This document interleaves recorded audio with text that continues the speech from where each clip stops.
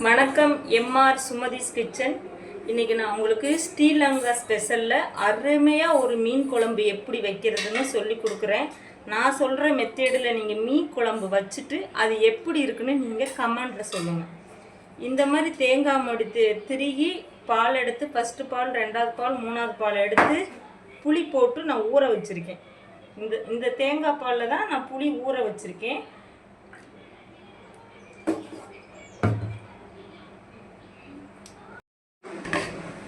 அப்புறம் தக்காளி 3 கட் பண்ணி வச்சுருக்கேன். வெங்காயம் வெட்டி வச்சுருக்கேன். வாங்க எப்படின்னு பார்க்கலாம். ஈஸியாக சிம்பிளாக சூப்பராக இருக்கும். இந்த மாதிரி மீன் குழம்பு வச்சு பாருங்கள்.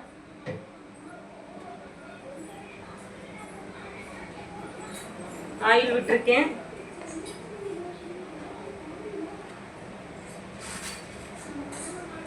கொஞ்சம் வெந்தயம்,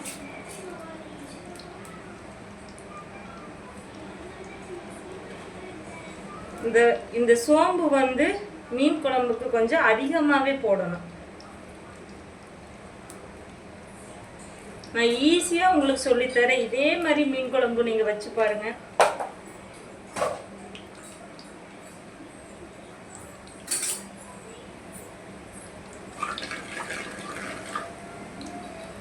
வெங்காயம் ஒரு 3 கட் பண்ணி வச்சுருக்கேன்.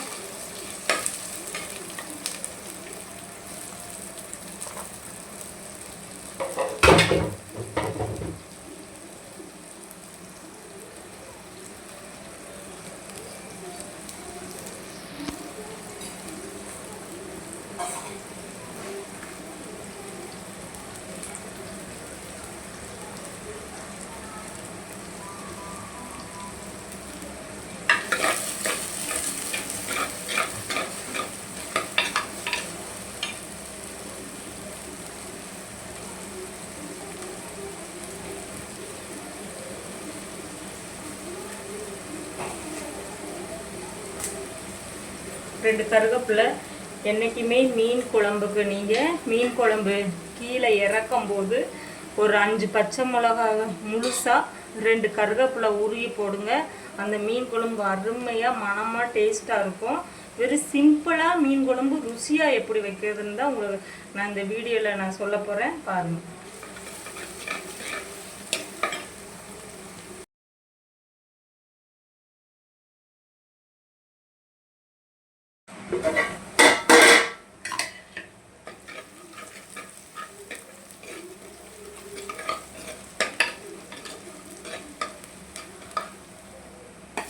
தக்காளி போடலாம்.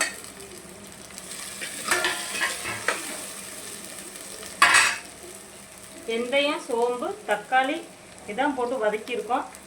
வெந்தயம், சோம்பு, வெங்காயம், தக்காளி கூட நல்லா வதக்கியிருக்கோம்.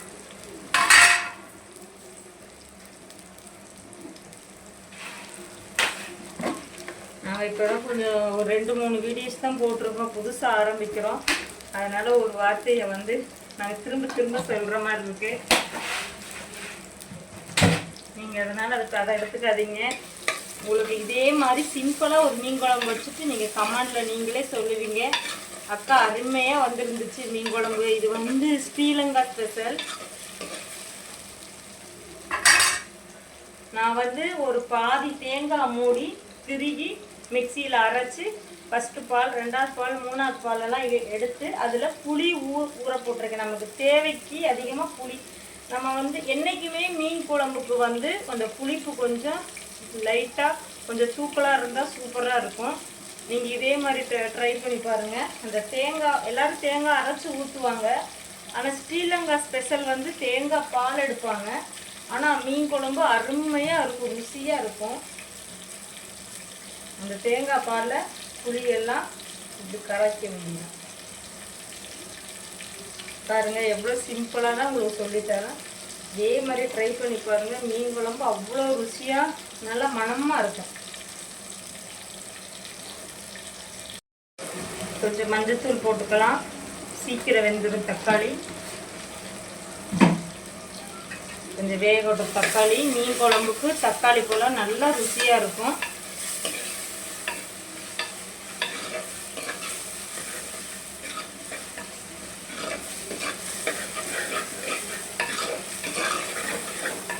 சேனல் புதுசாக ஆரம்பிச்சிருக்கோம், கொஞ்சம் சப்போர்ட் பண்ணுங்கள், கொஞ்சம் லைக் பண்ணுங்கள், கமெண்ட் பண்ணுங்கள், ஒரு சப்ஸ்கிரைப் பண்ணுங்கள், பெல் பட்டன் கொடுங்க.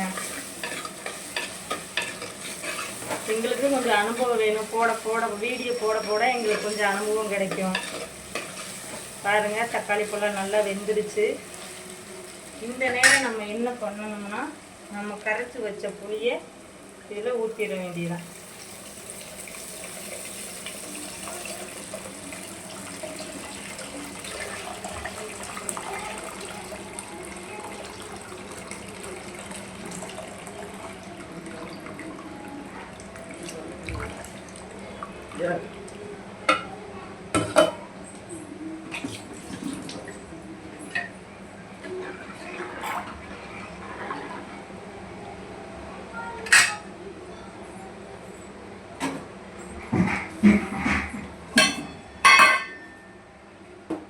இது நம்ம வீட்டில் அரைச்சி வச்ச மசாலா, நம்மளே அரைச்சி வீட்டு குழம்பு மசாலா.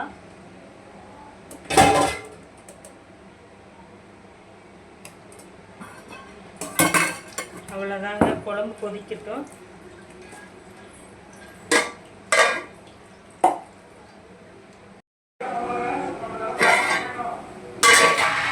மீன் குழம்பு கொதிக்குது. இந்த நேரம் நான் முருங்கைக்காய் வச்சுருக்கேன். மீன் குழம்புக்கு முருங்கைக்காய் மாங்காய் போட்டால் டேஸ்ட்டாக இருக்கும். இது ரெண்டுமே போடலைன்னா அது மீன் மட்டும் போட்டால் ஒரு டேஸ்ட்டு, மீனோடு சேர்த்து இது ரெண்டும் போட்டால் அது ஒரு வாசனையாக ஒரு டேஸ்ட்டு. எனக்கு மாங்காய் முருங்கைக்காய் போட்டு மீன் குழம்பு வச்சா ரொம்ப பிடிக்கும். மாங்காய் இப்போ போடக்கூடாது. மாங்காய் வந்து இப்போ போட்டோம்னா உடனே குழஞ்சிரும், மீன் குழம்பு புளிக்க ஆரம்பிச்சிடும். ஃபஸ்ட்டு வந்து முருங்கைக்காயை போடுவோம்.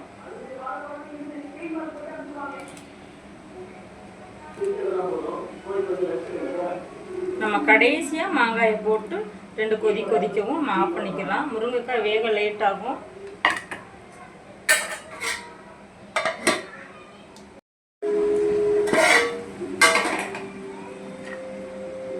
மீன் குழம்பு இப்போ மீன் போடலாம். இது வந்து பாலை மீன் கழுவி வச்சுருக்கேன். இங்கே பாருங்கள், பாலை மீனுடைய தலை. இது பாருங்கள், கண்ணை பாருங்கள் எவ்வளோ பெரிய கண்ணுன்னு. எனக்கு வந்து மீனுனாலே அதோடைய தலை தான் ரொம்ப பிடிக்கும். யாருக்கு மீனோடைய தலை பிடிக்கும்னு கமெண்டில் சொல்லுங்கள். இப்போ மீனை போட்டுடலாம்.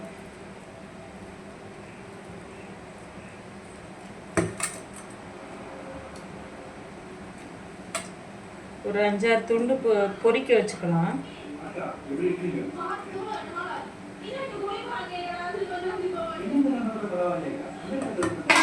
கொதிக்கட்டும். நம்மக்கிட்ட மாங்காய் இருக்குது, அதை கடைசியில் போடுவோம். இப்போ போட்டுட்டோம்னா மாங்காய் குழஞ்சி அதோட கரைஞ்சி அதில் வந்து கரைஞ்சிரும். கரைஞ்சிட்டா மீன் குழம்பு புளிக்க ஆரம்பிச்சிடும். மாங்காய் போட்டது ஒரு கொதிச்சு தான் ஆஃப் பண்ணிடணும் குழம்பு. இதில் ஒரு சீக்ரெட் இருக்குது மீன் குழம்புக்கு, அது என்னென்னு நான் கடைசியில் சொல்கிறேன்.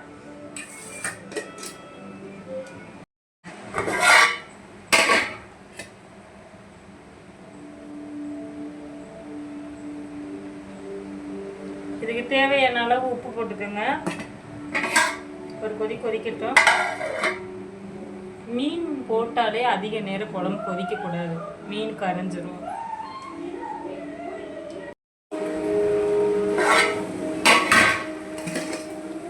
நம்ம இப்போ இந்த மாங்காயை போட்டு 2 கொதிக்க விடுவோம்.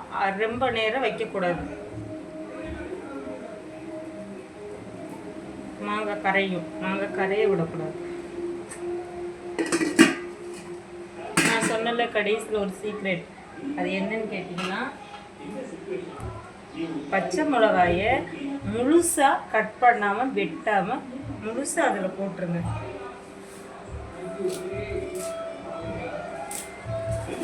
மீன் குழம்போடைய சீக்ரெட்டு இந்த பச்சை மிளகாயும் இந்த கருவேப்பிலையும் தான்.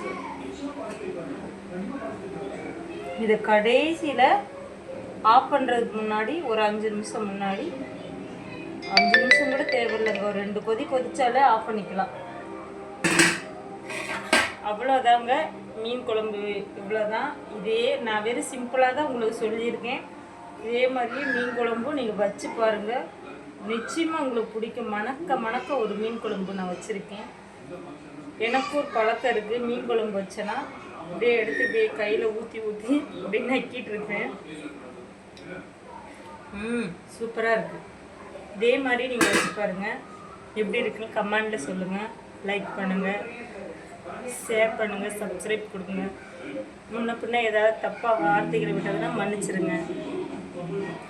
Okay guys, bye bye.